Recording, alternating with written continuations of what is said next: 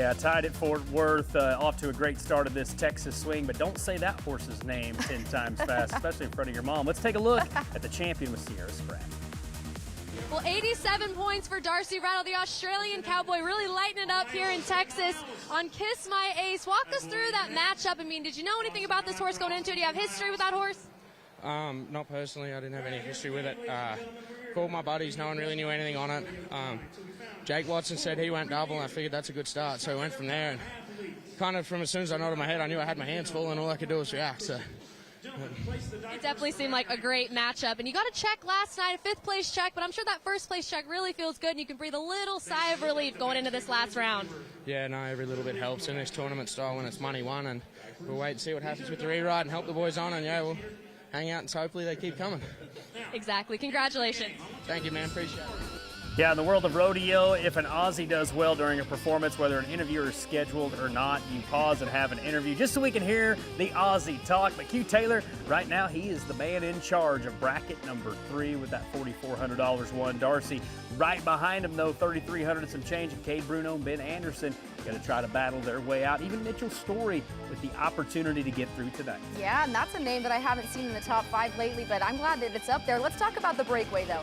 Hayden Thompson, this is no surprise, ended up the best girl last night, 1.7 seconds, and it's not too uncommon to see her roping in the ones. She hit the barrier, took one swing, you'll watch it right here, and a quick catch right there, a great calf to be matched up with. But here's the cool story. She actually had a main horse, Foxy, who got hurt and passed away last year tragically. She didn't know how horses and he works well in the small and short setups, but let's listen to what she had to say to Sierra.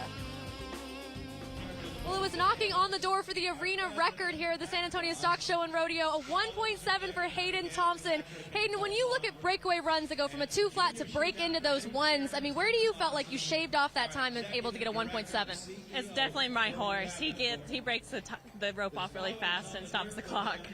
You had an unbelievable rookie season last year. You were breaking all kinds of records. It really did seem like you were roping like a veteran. What do you attribute that success to? Definitely my hauling partner. I went with Martha Angeloni, and she was my biggest supporter and a lot of help.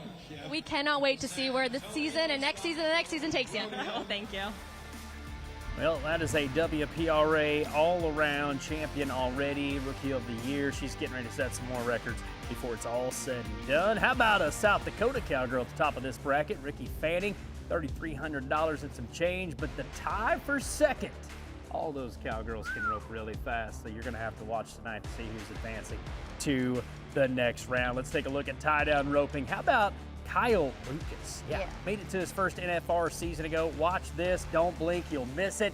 It was 7-7, and by the way, that is the fastest calf that has been tied at the San Antonio Stock Show and Rodeo this season. So Kyle Lucas, number 32 in the world, adding to that quest to make it back to another national finals, and boy, keeps making runs like this on stages like this. He's going to be there, no doubt about it. But the Canadian Kyle Lucas obviously had a chance to catch up in the winner's circle. 7.7 seconds in the calf rope, and go to number 1 here in this round. Kyle Lucas coming off of his debut NFR appearance, and I'm sure as soon as that 10th round was over, you were already thinking about these moments the next season. To be honest, I was thinking about it after the first round. You know, I mean, that's kind of a terrible way to start your finals. I think I maybe missed 5 calves all year, and I missed my first 2, first loop and second loop. So, you know, it was motivating, and I think God's behind every plan, and he was definitely behind that plan because kind of lit a fire under me one way or the other. Kyle, you really are carrying out a family legacy, and they've said that you have been wanting to do this ever since you could hold a rope. I mean, is there really anything else you'd rather be doing right here, right now?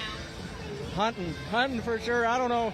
I gotta always stay focused on rodeo. That's one of my passions for sure. But you know, I really like the outdoors. I like animals and horses, and I've been truly blessed to be able to do all this. You know, I can't thank God enough for giving me the opportunities. All the people, the Bagnell family for letting me ride that gray horse. She's just been awesome. She's so fast. I think she's the prettiest and the fastest horse in the PRCA. So to have that confidence in the horsepower, you know, the family legacy, and most importantly, God, you know, what Jesus did for us is just amazing, and we can't even comprehend it. So to put it all in words is just impossible. Well, congratulations on tonight. Thank you. Well, that's a guy that knows how to interview, let me tell you that. But Kyle, I mean, no surprise there, son of Smokin' Joe Lucas, the Canadian Finals and NFR qualifier. But look at this lineup right here. This is quite a stacked day sheet, and that's how it goes at these winter rodeos. And lots of money to be paid out. So this is what we're looking at right now, a three-way tie just for third. So it's really going to get close when it comes down to who's going to qualify for the finals. Yeah, it is, and it looks like Chet's got a good spot on him right now. Chet Wheat's for the moment $4,400 and some change. But now let's go to a very familiar face, not only in the barrel racing world, but a champion in San Antonio. Matter of fact, Haley Kinzel is trying to win her 4th title, currently number 8 in the world. And you know what is not as familiar of a face is that horse right there. The bay mare that she's riding is named Spider Monkey. Actually debuted this horse at the recent finals in round 4, and it does not look like this horse has skipped a beat at all. It's a young horse, but I think that she's setting the precedence for her veteran-like performance, and I think that we can look for this horse in coming rodeos too. So I'm really proud of this duo right here. I think it's safe to say she's going to be bringing this horse in her trailer to bigger rodeos. Let's hear what she had to say to Sierra. Well, it was Haley Kinzel tonight in the barrel racing, and I know everyone's used to seeing her on that yellow mare, but actually it was Spider. And like you said, Spider is well-versed in this arena, usually the pick in San Antonio. Absolutely. She's been here, I think, 3 years now, but this is first round win. I always knew she'd like this place, and she likes a wall, and, you know, the ground's really deep, and she has a really cool forward runaround style, and that helps in a place like this. She doesn't totally drop the anchor, and it's paid off for us now. Now, we know that as much as we have to teach horses, horses teach us something too, and you training up those next ones to carry on your career. I mean, what are those horses teaching you? Oh, horses teach me something new every day, but I mean here, that horse specifically has taught me adaptability. She wasn't really my style, and I've had to learn how to adjust to fit her, and I mean that's a choice you make, but I decided to stick it out and learn how to ride her, and it's made me a better rider, and I'm so thankful. Well, you're definitely seeing the rewards of all of that hard work right now. Congratulations. Thank you. Well, you might say Haley Kinzel is all over the leaderboard like a spider monkey at the moment. She's number 2, right behind Kathy Grimes. $4,900 is what she has won thus far. That is a tough lineup of not just cowgirls and jockeys, but some great horses that you're going to get to watch in this final round tonight, bracket number 3. But bull riding, hey, it's Boudreaux Campbell. He's back. I said this. He took a sabbatical from the PBR, and he's back with the PRCA. Now he's 5 times the National Finals, former Rookie of the Year. Cashes in 83 points on damage control. Yep, that's a Survey Championship bucking bull right there, and that's a man that's on a mission to get back to the NFR. You might remember from 2020, he won the Extreme Bull Riding at this rodeo, so he kind of feels at home in San Antonio, and that's why he loves standing in the winner's circle. Well, it was 83 points in the bull riding for Boudreaux Campbell to go to number 1. Boudreaux, you were announced as being one of the more veteran bull riders in this set. How much did that experience come into play for this ride? My dad always said when I was younger, older the wiser, so I guess that has something to do with it. I'm just thankful to be back at this rodeo. Been away from the PRCA for a couple of years, and I'm just so blessed. The good Lord has given me this talent, this opportunity, and I'm thankful to be here. Now talk about your matchup. What did you know about this bull coming into it? Did you have to prepare for anything going forward? I looked at him and stuff, and I knew he was going to push back, so I needed to sit up and not really go forward too much. But honestly, bull riding is such a mental game, and it's best if I don't think about it. The more I think, it goes bad. Well, it definitely went great tonight. Congratulations. Thank you, ma'am.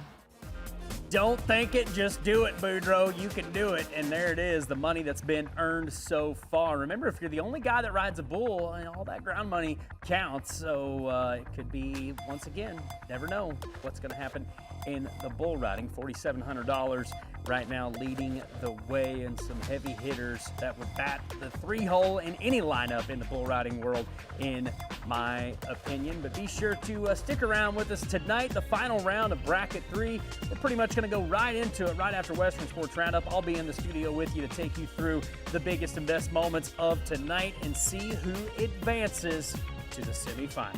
Hey, and that's what's later, but what's coming up next? We have a lot of good stuff in store for you guys. Of course, with these winter rodeos in full swing, there are a lot of storylines to bring you. So speaking of that, up next, we'll have joined by us LaTricia Duke, the one and only, talking about Carlos, this new partnership of Flamino of hers that's taken her through these big rodeos. And after that, later on the show, we'll be joined by professional bull rider, the young 21-year-old Kase Hitt, to talk all about the PBR and everything that's going on in his world. Western Sports Roundup is brought to you by Resistol, the official hat of the PRCA, and Cowboys everywhere.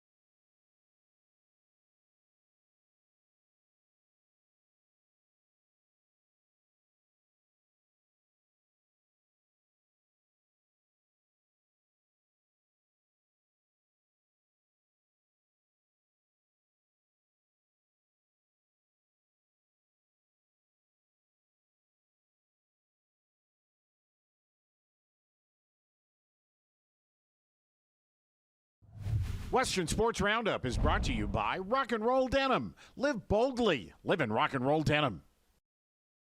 Zephyr, Texas.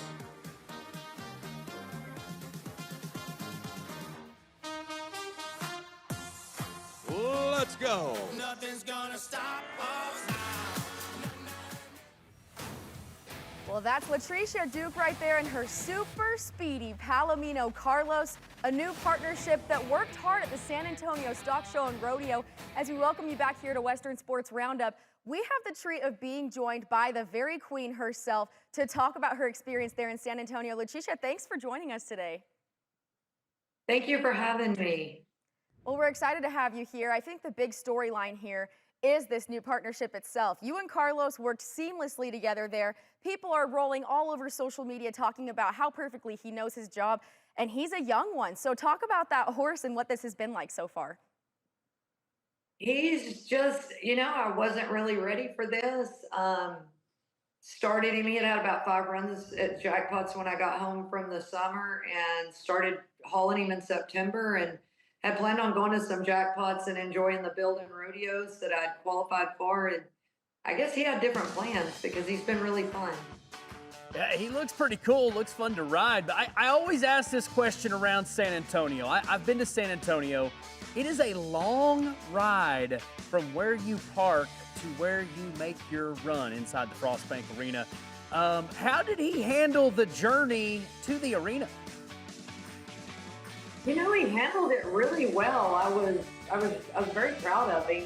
That part wasn't, other than we trampled off in the mud after the rain the first round, but he going over there was no problem. Coming down the tunnel was no problem. He handled everything in the back like a pro. He really shocked me. Well, what about the journey inside of the arena? Because, of course, you've swapped horses recently, and so each horse feels differently. And I know on social media, I saw you commented that he was saying in that arena, "Hold on, Mom, I got this." So talk about the experience and what different dynamic he brings to the arena versus the other horses that you've been on top of before. Watching the videos as y'all were watching them, he looked a little more confident than he felt. He definitely saw the people right there behind the barrels, and his little ears would come up. And I knew he was scared, but I was really proud of him for trusting me and letting me get him through there. So it's maybe hard to describe this because every horse is different, every rider is different, but how do you determine that confidence? Because obviously we're watching that video and this horse looks like it's all gas, no brakes, knows the pattern well. How do you know that confidence level going in the arena? I absolutely did not know the confidence going into the arena. I just tried to get him up as far as I could in the mouth of the alley and give him a real honest shot at the first. And I had to handle him quite a bit in the first round, but he let me, and I was really proud of him. Jojo Lamont started him as a 3-year-old and headed on him some, so I think that probably matured his speed up and let me get him through that really deep ground there at San Antonio. And he's just incredibly fast, and I think that helped us probably as much as anything. He's big, strong, and fast. Well, it's interesting because rewind a handful of months ago, we alluded to the fact that you retired your dearly beloved Vanilla Wafer, and now you're atop his brother, and he's carrying you through too. But one thing about you, LaTricia, that really stands out to us is that the horse always comes first. You prioritize your animals. So talk about some of maybe those specific examples behind the scenes that people don't get to see on camera of you doing exactly that. Well, and I didn't want to scare him. San Antonio can be a little scary for a horse. So I had Bravid come up there, my son, that's also Carlos's horseshoer and was Vanilla Wafer's horseshoer. And he stayed in the back with me. And I'm not going to lie, I've probably never fed a horse that many treats before, but he's very food motivated. And so even in the holding area that they have us in back there, we were feeding treats and talking to him and trying to convince him that it was okay and that he would be safe. And, I keep joking about the fact that I'm not rodeoing.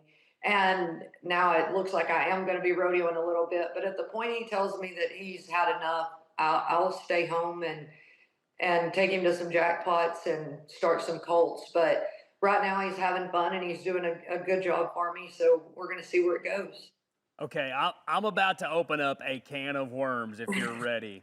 How important is it to have a good horseshoer, especially with what you're doing at the highest level of these performance horses? How crucial is that? I would probably say right up there, my horseshoer, my vet, my horse dentist, and my chiropractor about the most important part of my, well, they are the most important part of my team, along with Ann Thompson that enters me.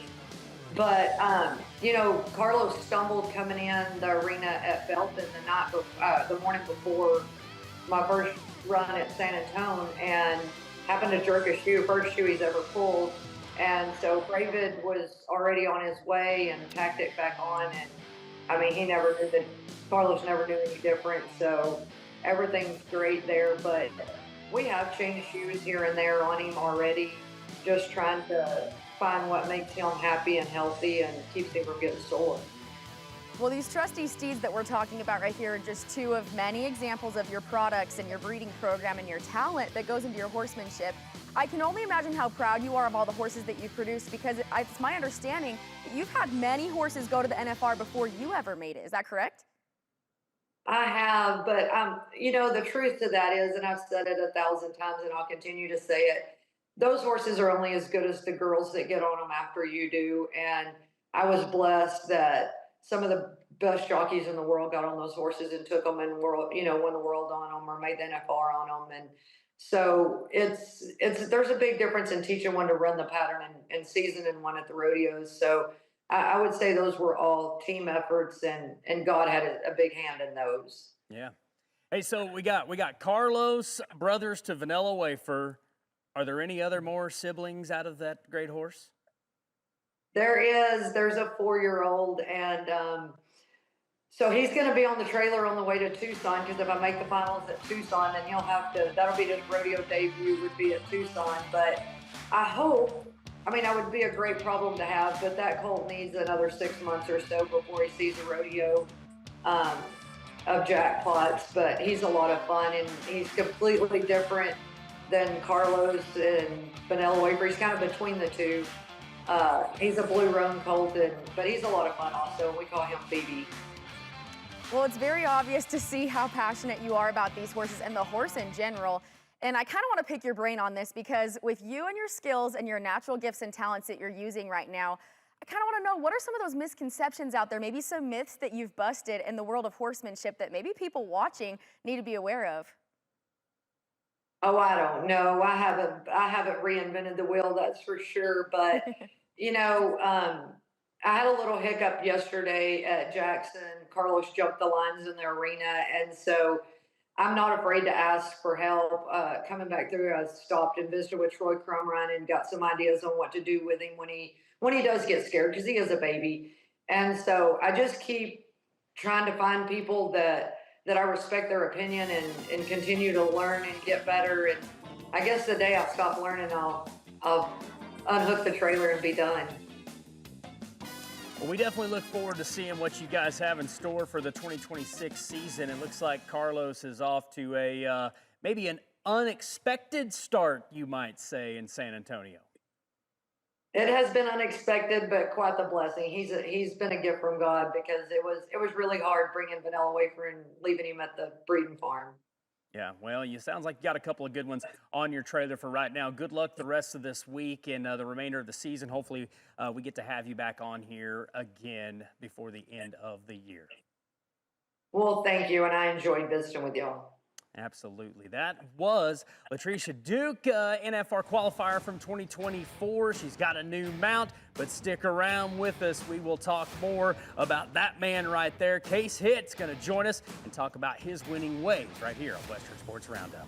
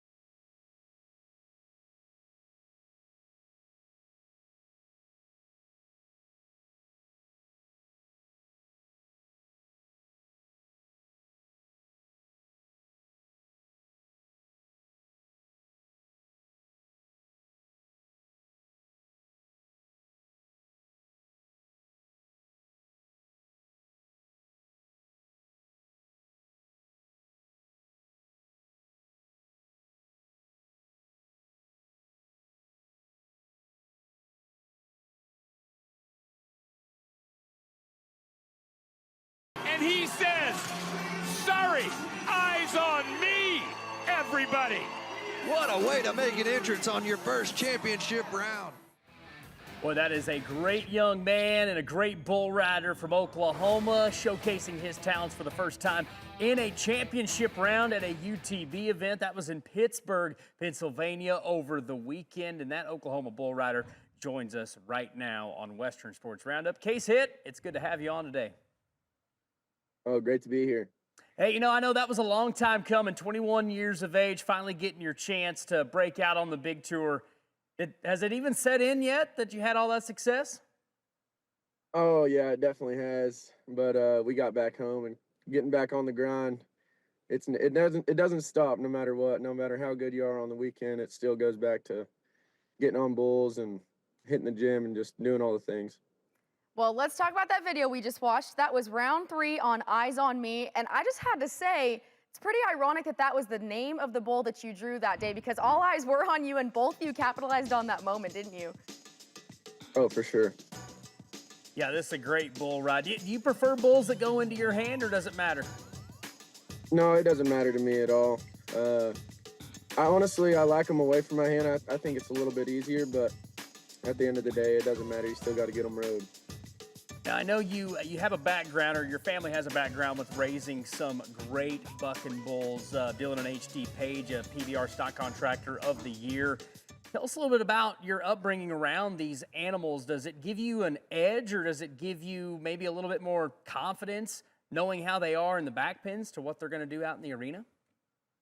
Oh, definitely. I think being around them every single day, I think it has a big play in it. But yeah, I mean, I couldn't be more thankful to be in the position I am, to have bulls in my backyard. I mean, there's plenty of them out there to go get on, so it definitely helps out. Well, it's easy to see your talent. I mean, we're watching you work right here in one of those other rounds. And I think it's cool that you have that background, but you also have some good luck charms going down the road with you. I think we might even have a little special guest in the car with you right now. Oh, yeah, little Darla. Hey, come on. Let's come on. Get up here. I know Darla's your pal, this 3-year-old Jack Russell. She's 3, right? Look at that. Oh, yeah. She's perfect. She knows just what to do. How does this go? Does she ride in your gear bag every once in a while? She's got to be pretty well behaved and a good listener if you're taking her with you on the road. Oh, yeah. She goes dang near every single weekend, so she catches on to it pretty quick. Now, you're not sneaking that dog into hotel rooms, are you now, Kase? Oh, yeah. Put her in a little backpack, tell her to hide, and she'll stick her little nose That's out why she's and breathe. fun-sized. Oh, yeah. Yeah. Oh, my God. There's so many questions that I could ask you right now, but I think we're just going to avoid this conversation. But, hey, as we look to this weekend, you guys are going to be in Jacksonville, Florida. Is there a bull that you're looking forward to maybe drawing in the lineup this weekend? You know, I haven't even really looked at it. There's all the bulls at the PBR are going to be good. You know, Riley puts them together, so anything will be good for me. Just ready to get out there and just make it happen again. Well, speaking of making it happen again, let's rewind to something that Corey got to witness himself back in January. In Bangor, Maine, you had quite the time over there. Tell us about that. Oh, for sure. That was my second win on that was actually my first win on the Velocity Tour, and it was great. You know, like going in there, it was a little cold, but we had a little bit of difficulty getting to the hotel and stuff, and just getting there and getting on 3 and staying on them all was good. So I know the Velocity Tour has been I'm going to say breeding ground for some of the best bull riders in the world to get you guys where you want to be on the UTB. How does winning an event like that? It's one of the only two of the 3-day events of the Pendleton Whiskey Velocity Tour. Winning that one has to give you a little confidence too. Oh, for sure. I mean, winning that one, it catapulted me right up to the #1 spot, and I didn't do very good the first couple of UTB events I went to, but we turned it around and ready to keep it going, honestly. Well, I mean, from Bangor, Maine to Pittsburgh, now you're on your way to Florida. You are experiencing all sorts of zip codes and all sorts of weather. We were just talking about how it was so cold in Bangor that you had trouble even getting to your hotel. I know you said Darla loved it, but that's got to be hard, bringing some challenges to the table, going from state to state and having to adjust. Oh yeah, I mean it's being on the teams that really helped me kind of get in the routine of flying to the events. It's a little bit different than rodeoing, so getting into a little bit of a routine, and I thank all those guys that helped me on the team to get to where I'm at now. So yeah, just very thankful for the opportunity that I have in front of me. So speaking of PBR teams, it's I don't want to say it's a new thing. It's been around for a couple of years now, but our fans are still trying to comprehend and understand the concept behind the team's atmosphere. So go ahead and tell everybody sitting at home, Kase, what it means to ride for the Oklahoma Wildcatters, your home state of Oklahoma. I mean it means a lot. JB as our coach, I mean that's the greatest to ever do it, and just learning from him and taking in everything that he knows. I mean, it's changed my board riding tremendously, and it's really cool. Well, I can imagine that not only representing that home state of yours and that great team that has such a great reputation, but also your family and the background that they come from probably comes with a lot of pressure. I can imagine maybe after your rides, you're getting critiques from home. Oh, for sure. The other day I drew Constant Pain, and every once in a while I call my Uncle H and just see what he's got to say about it. And it's always good to have someone to call back home and get a little insight on some bulls. No, that definitely is, and it gives you a little edge since your family's around them every single day. And when you have a guy like JB Mooney in your corner cheering you on and giving you the insides, that always helps a little bit too. Oh, of course. Well, Kase Hitt, thank you for joining us today on Western Sports Roundup, and good luck this weekend in Jacksonville, Florida, UTB coming up. Appreciate you guys. Yep, that was Kase Hitt. Stick around with us on Western Sports Roundup. We're just getting warmed up, you might say. We'll take a look at the results from the Area World Series of team roping. It's on the other side of this break.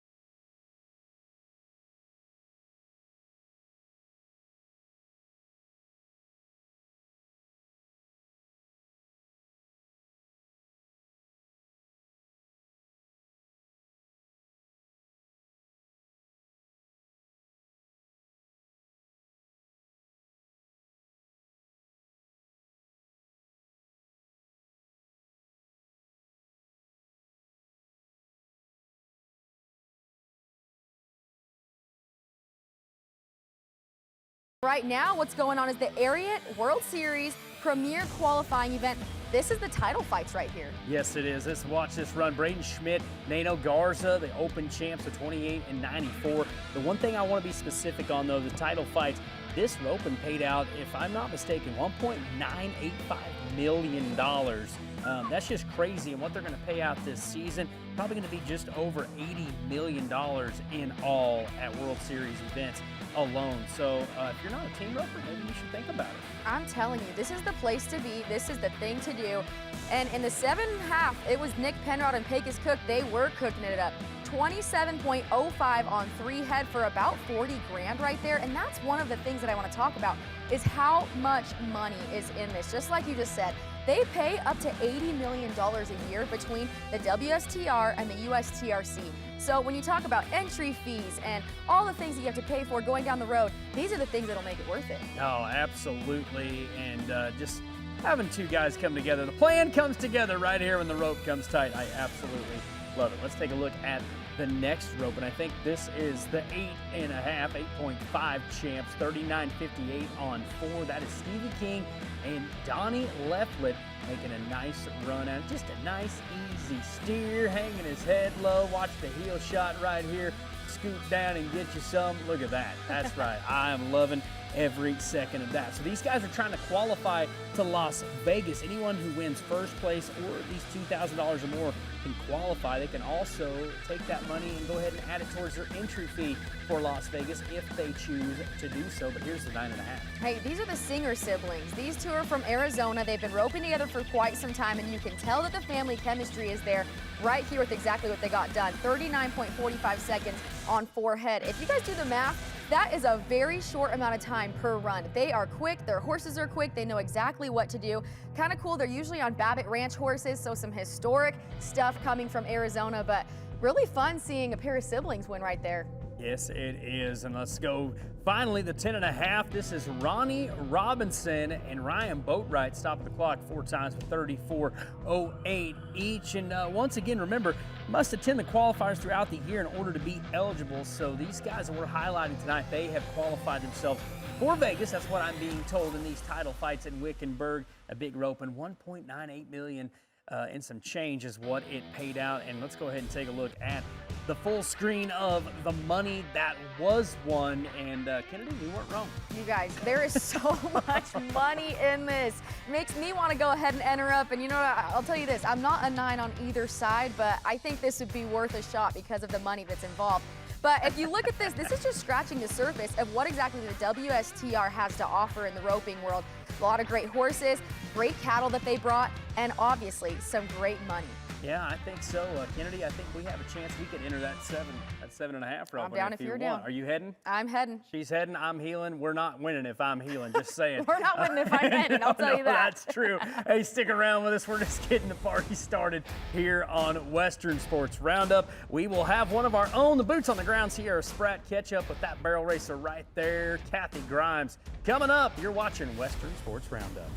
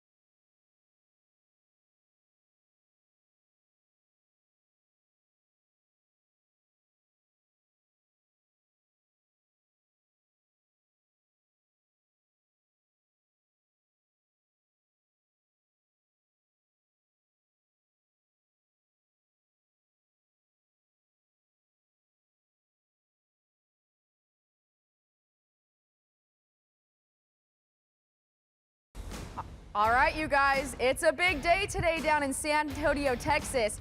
We are down to the last round of the San Antonio Stock Show and Rodeo.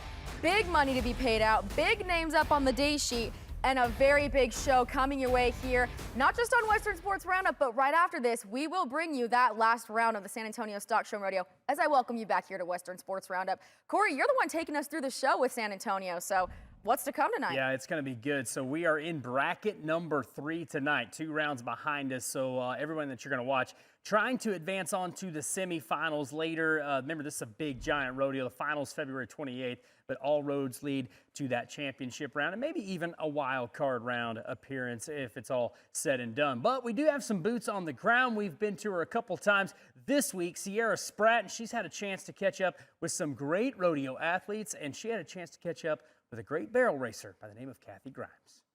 Thanks, guys. I am here with somebody that I think is having a pretty good time at San Antonio so far. This is professional barrel racer Kathy Grimes and her horse Showy have really put on a show so far. First in the first round, second last night, bottom of the ground. How exciting is it? Because really, this horse's first time here in these big winter rodeos. Yes, it is. I'm really excited about his performance and how he's handling it, because you never know until you do it. So going back to Showy's last couple of months, he has been busy, did an amazing job with the Royal Crown Fraternity, won the Yuma PRCA, and then came here. I mean, talk about really, throwing him to the wolves in the best way. Yes. So at Yuma, I was trying to remember that this is our first time under the lights and try not to think about that. And then he went in there and big outdoor pen. So, most of the time when you're in fraternities, you're in a small arena like this, but not with the crowd and the noise and the cattle. So anyway, he's just handled it really well. And of course, Showy is a foal from Issy, your NFR mare that really made dreams come true. I mean, I'm sure you wish you could have 1,000 Issys, but.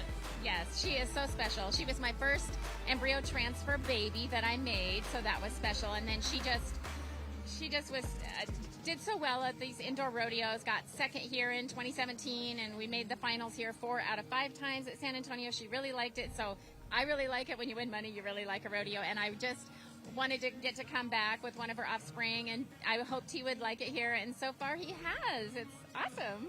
So your breeding program is nothing short of impressive, and when you're putting in so much work and effort, and you hope you just have that one diamond, but you've had several diamonds. You've done such an amazing job knowing what to look for, what to train, what to breed.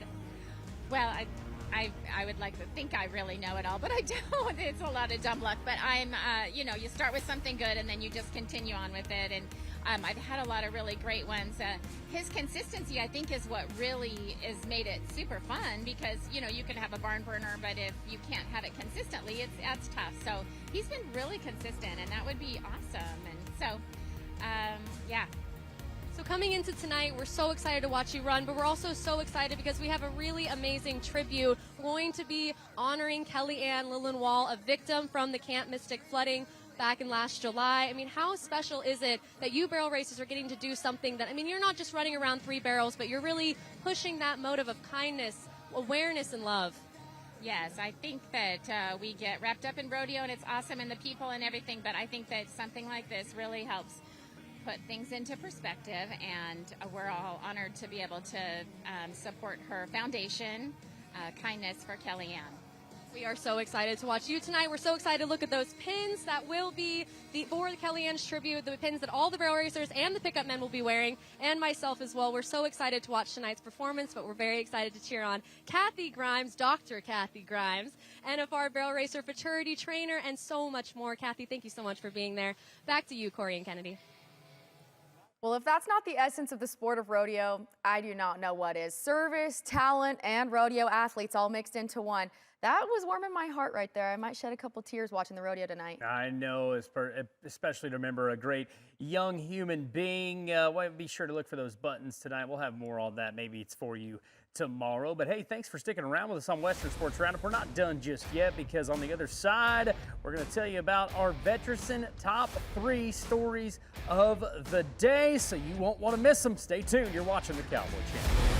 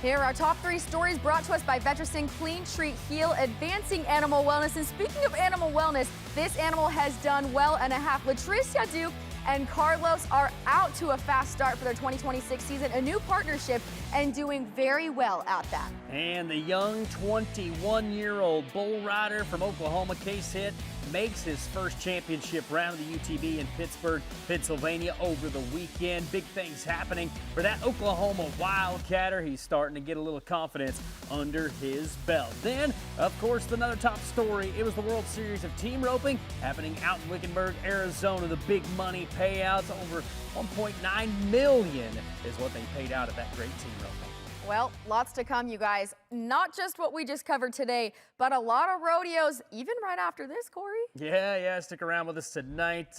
Be sure to stick around with us tonight. Right after this show, we'll take you through bracket number 3, the final round to decide who's going to go to the semifinals of this bracket. Some big-time heavy hitters, but it all unfolds tonight just after Western Sports Roundup here this evening. Over $1.5 million being paid out there in San Antonio, as well as the Dixie National, the biggest rodeo east of the Mississippi. Lots of great talent there, lots of culture, good animal athletes. Jackson, Mississippi is heating up, and it ends on February 21st. So all of that can be streamed exclusively here on the Cowboy Channel Plus app. So make sure that you're subscribed there so you can catch all of this action and more. This is Western Sports Roundup, you guys, and we are so glad to bring you all the action, as we will every day after this. This has been an exciting show. Thank you so much for joining us. I'm Kennedy Riggs, and for Corey Keith, have a great night.